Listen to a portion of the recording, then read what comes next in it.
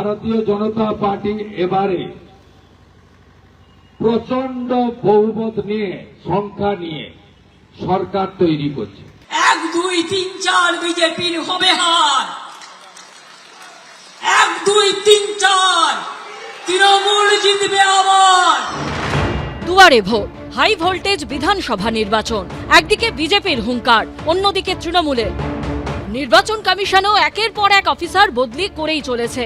এই আবহেই জেলায় জেলায় দেখা যাচ্ছে বিক্ষিপ্ত অশান্তির চেনা ছবি। কোথাও সংঘর্ষ, কোথাও আবার অস্ত্রের দাপট, বোমার শব্দ। এরই মধ্যে অবাধ ও শান্তিপূর্ণ নির্বাচনের দাবি জানিয়ে কয়েকদিন আগে কলকাতা হাইকোর্টে জনস্বার্থ মামলা দায়ের করেন বিজেপির রাজ্য সভাপতি শ্রমিক ভট্টাচার্য। কিন্তু তার এই মামলায় হস্তক্ষেপ করল না কলকাতা হাইকোর্ট। বুধবার মামলার শুনানি হয় প্রধান বিচারপতি সুজয় পাল ও বিচারপতি পার্থসারথী সেনের এজলাসে। বিজেপি রাজ্য সভাপতির আবেদন প্রসঙ্গে প্রধান বিচারপতি বলেন, অবাধ, শান্তিপূর্ণ এবং নির্বাচনের পরিকাঠামো স্থির করার দায়িত্ব নির্বাচন কমিশনের। আদালত তার পর্যবেক্ষণে বলে, আসন্ন বিধানসভা নির্বাচনে সমস্ত বুথে পর্যাপ্ত নিরাপত্তা, সুরক্ষা, পানীয় জল, বাথরুমের মতো সুবিধা যেন পর্যাপ্ত থাকে তা সুনিশ্চিত করতে হবে নির্বাচন কমিশনকে।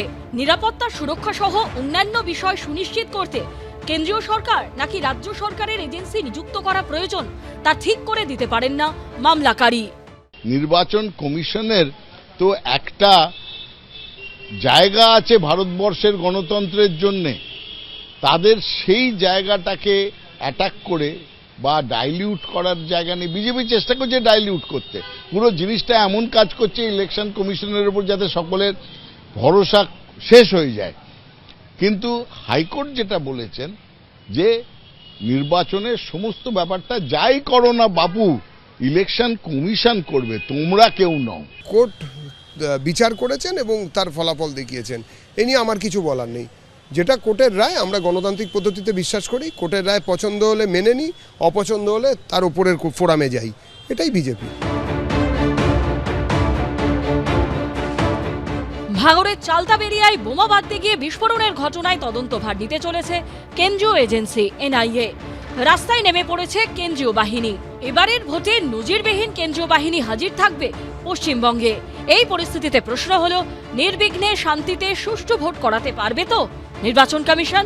সৌভিক মজুমদারের রিপোর্ট, এবিপি আনন্দ।